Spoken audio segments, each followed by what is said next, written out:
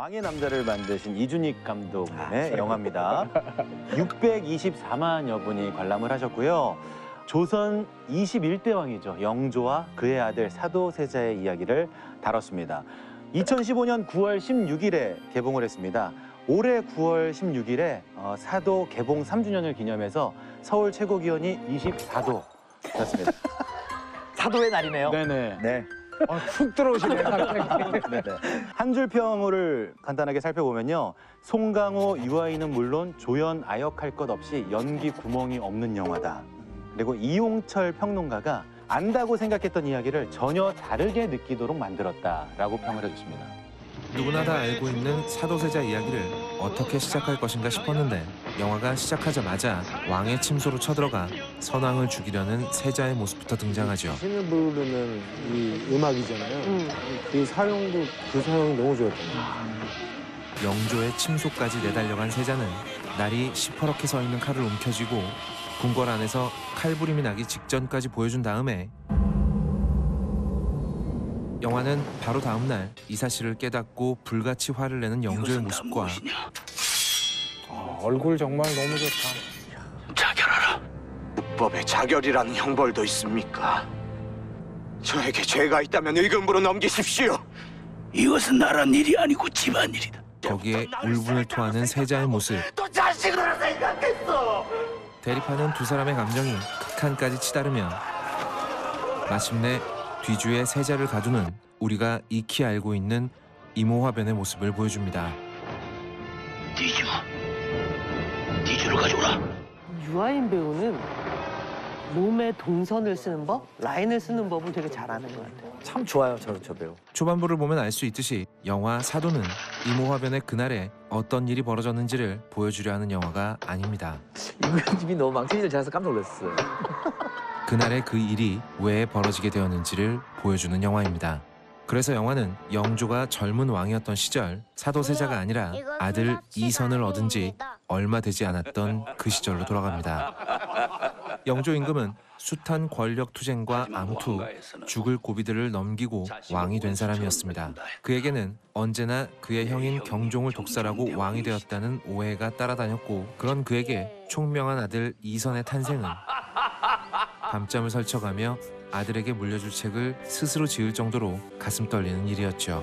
아비가 자식을 위해 책을 만드는데 자네 같으면 잠이 오겠는가? 그리고 너무나 당연하고도 슬픈 일이며 이 세상 모든 부모에게 똑같이 적용되는 말이지만 어린 세자는 아버지의 기대에 전부 부응해 줄 수는 없었습니다. 사실 그림 귀여운데. 잘 그렸더만. 요즘에 부모 자식 간의 얘기가 많이 스며들어가 있는 것 같아요. 세자가 성장해서 청년기를 맞게 되자 영조의 등살은 점점 더 심해졌습니다.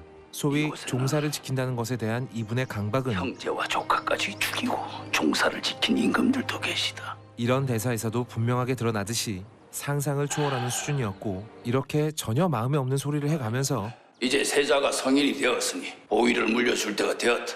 나는 원래 이 임금의 자리에 욕심이 없었다. 주상이 또 마음에 없는 소리라고 있어요.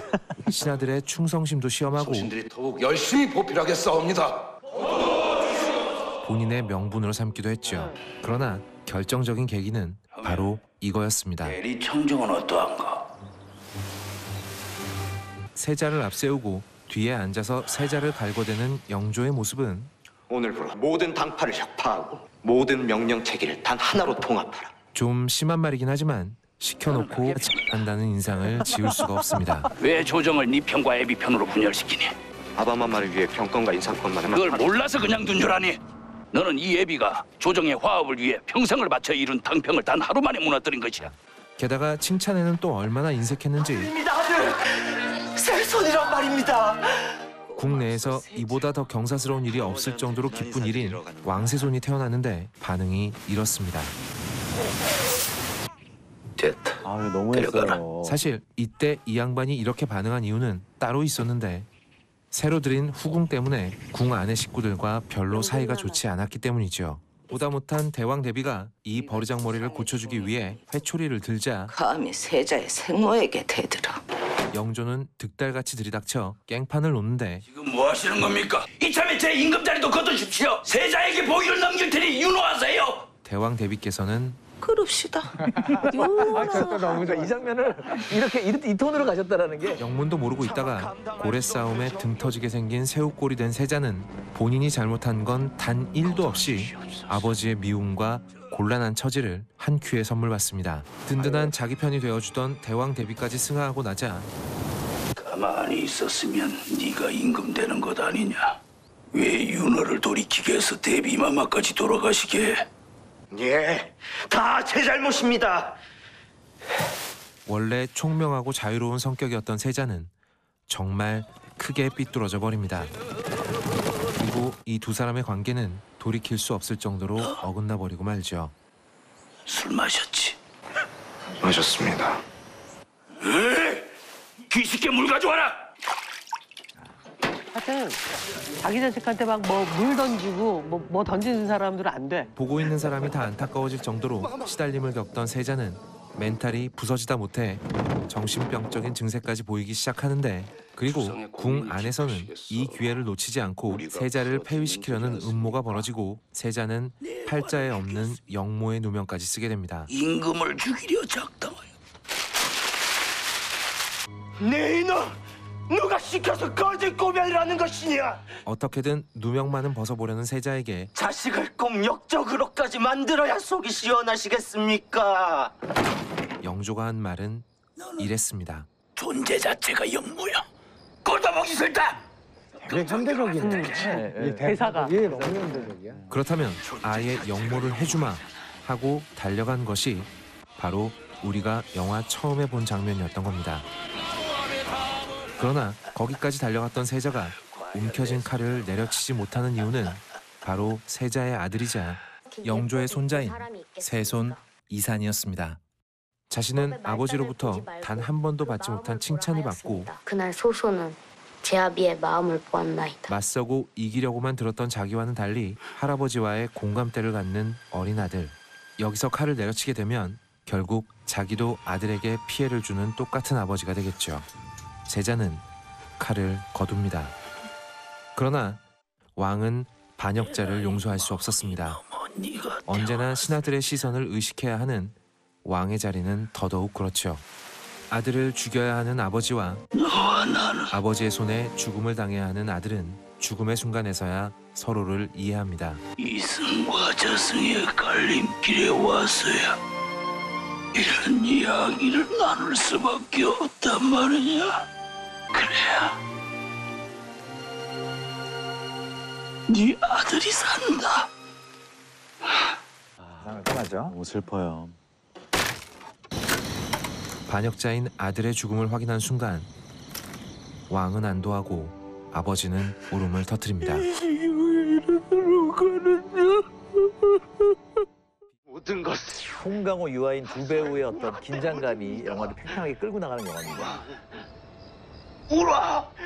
송강호 씨가 저는 사도를 요번에 봤는데 진짜 근엄한 톤으로만 계속하면은 어떡하지라는 생각을 좀 했거든요. 근데 아니나 다를까 맞아요. 송강호 씨 특유의 느낌의 굉장히 캐주얼한 말투와 이런 것들도 뭐 했니? 뭐 이런 말도. 예. 너 술 먹었지? 이런 거. 맞아. 술 마셨지? 함경도 가봤어? 요즘 말투잖아요. 솔직해서 좋다. 솔직해서. 저도 강호 선배님이 왕을 하신다고 해가지고 되게 궁금했어요. 어떻게 왕이 그려질까. 보통 이제 어떤 왕이라는 우리가 갖고 있는 전형성 안에서 변주를 하기 마련이잖아요. 사실 솔직히. 근데 되게 다른 거예요. 뭔가 그러니까 처음에 느낌이 달라서 이게 뭘까 하면서 계속 보다 보니까 영조가 보이고, 영조라는 사람이 좀 이해가 되고, 그 다음에는 그냥 그 뒤에 어떤 한 아버지? 한 남자가 보이더라고요. 이게 그걸 이끌고 가는데 뭐 이 사람이 뭐 표독스럽고 화내고 이런 모습들이 하나의 사람으로 보이면서 새롭게 이 왕을 영조를 해석한 것 같았어요, 저는. 지금 호남 지방에 넉 달째 비가 오지 않아 농사를 폐할 지경이라 하옵니다. 어찌하오리까? 내가 덕이 없어 비가 안 오는 것인데 그런 걸 왜 세자한테 묻는가?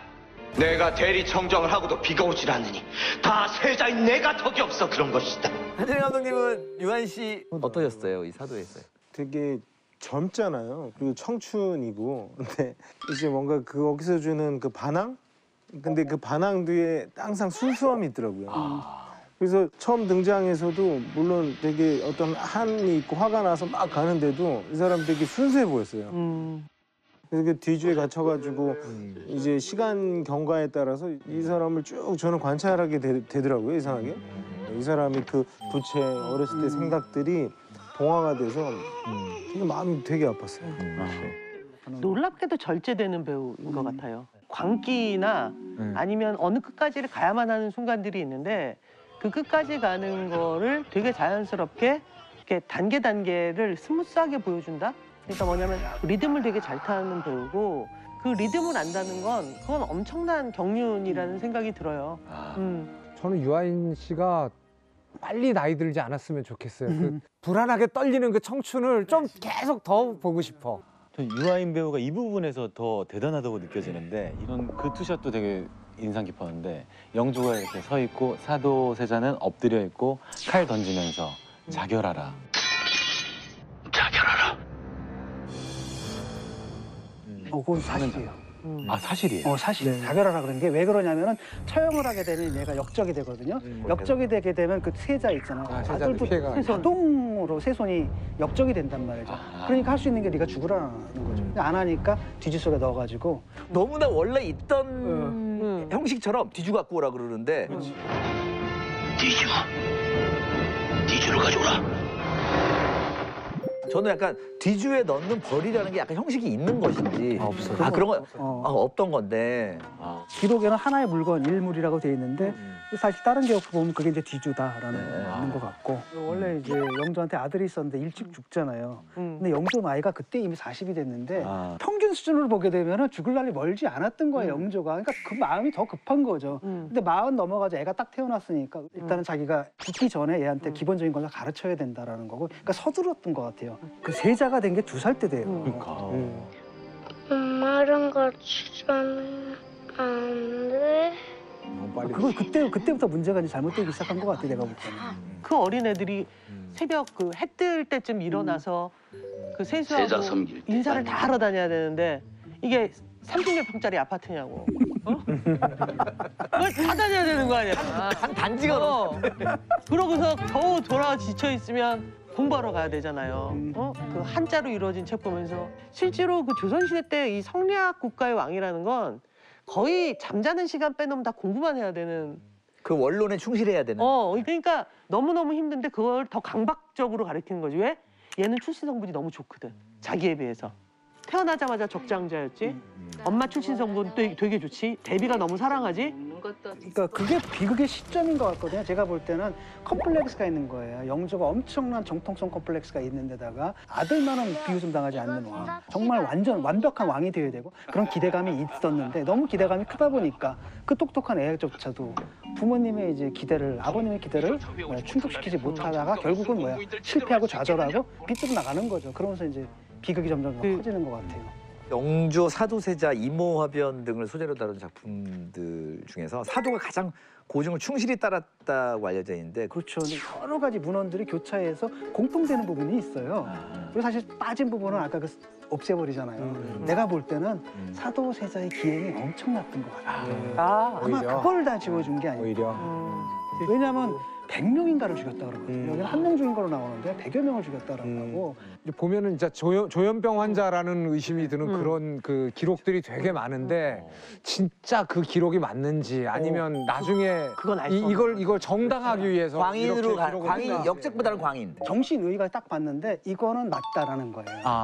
그 의대증이라든지 이걸 딱 보면은 이거는 꾸며서 할 수 있는 게 아니야. 정확히 증상이 딱 그런 증상이래요. 저기 옷 그거 안 가져왔다고. 그러니까 의대증이라는 게 있어가지고 옷을 입을 때 너무 괴로웠다라는 거예요. 그러니까 옷을 딱 입으면은 이거 아닌데 버리고 그 다음에 사람을 죽이는 거예요. 그런데 그게 좀 만들어진 광기잖아요. 그런 아버지와의 관계 속에서 미칠 수밖에 없는 그런 필연적인 미침? 스트레스로 인한. 그런 거라고 보여지죠.